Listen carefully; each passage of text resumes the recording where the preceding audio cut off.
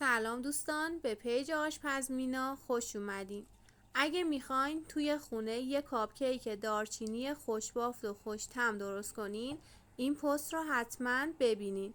ممنون میشم با لایک و کامنتتون منو همراهی کنین.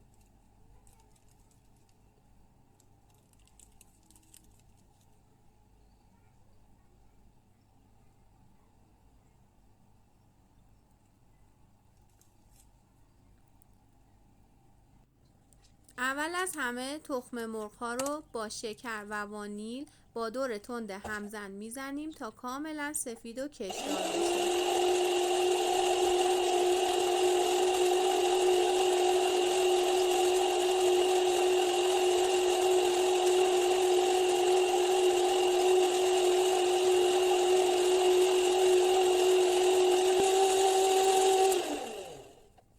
بعد از اون پودر دارچین، روغن و شیر رو به مواد اضافه میکنیم.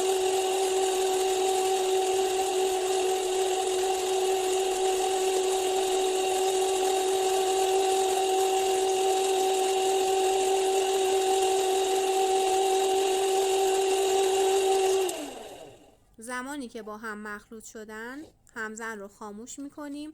آرد و بیکینگ پودر رو با هم مخلوط میکنیم و توی 2 مرحله روی موادمون الک میکنیم.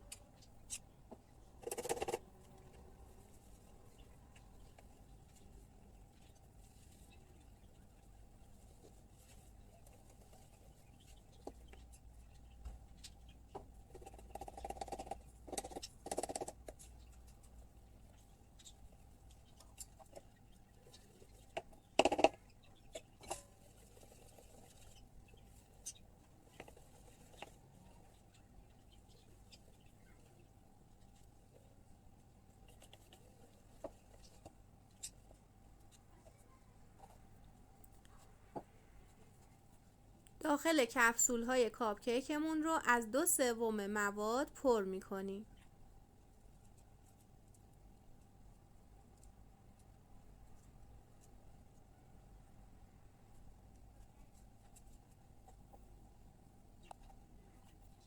در آخر هم پودر کنجد و مغز گردو روی کاپکیک هامون میریزیم و داخل فر که از قبل گرم شده به مدت 20 تا 25 دقیقه با دمای 180 درجه میپزیم. امیدوارم این کاپکیک خوشمزه رو درست کنین و از خوردنش لذت ببرین. نوش جان.